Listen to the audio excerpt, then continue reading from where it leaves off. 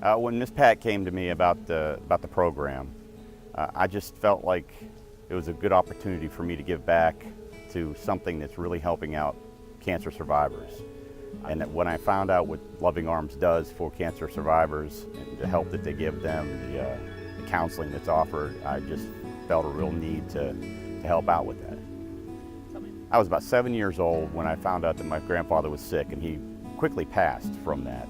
And it really disturbed and bothered me, and I did not understand what had happened other than the word cancer. That's all I knew. It didn't make any sense to me. This was the first death that I've ever experienced, so it was very traumatic to me.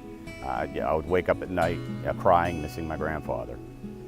And then when I met my wife and she told me about what she went through with melanoma, she was very lucky. They caught it at stage 3, but they had to do some very extensive surgery to remove it from her body, and then she had to go through a long, arduous process of treatments. Had to travel down to Miami. Her parents had to sacrifice a lot just so that she could get the treatments. And they didn't have something like this available to them to help them during this time. If something like this were there, they would have certainly taken advantage of it. Loving Arms. I think the biggest thing that people can get from Loving Arms is that support. Some of these folks don't have a lot of family there to help them through these problems, and having something there on the side that can just jump in right away and say, look, we know what you're going through, we know what you're experiencing, let us help you through this painful process.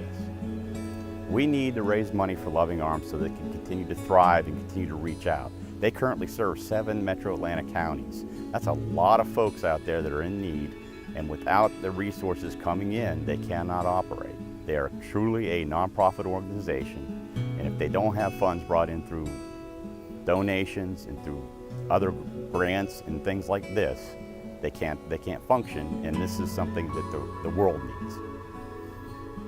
I think I'm a great dancer. My wife tells me otherwise, but hopefully through this whole process, I'll learn how to do something new, and then something beneficial will come from that.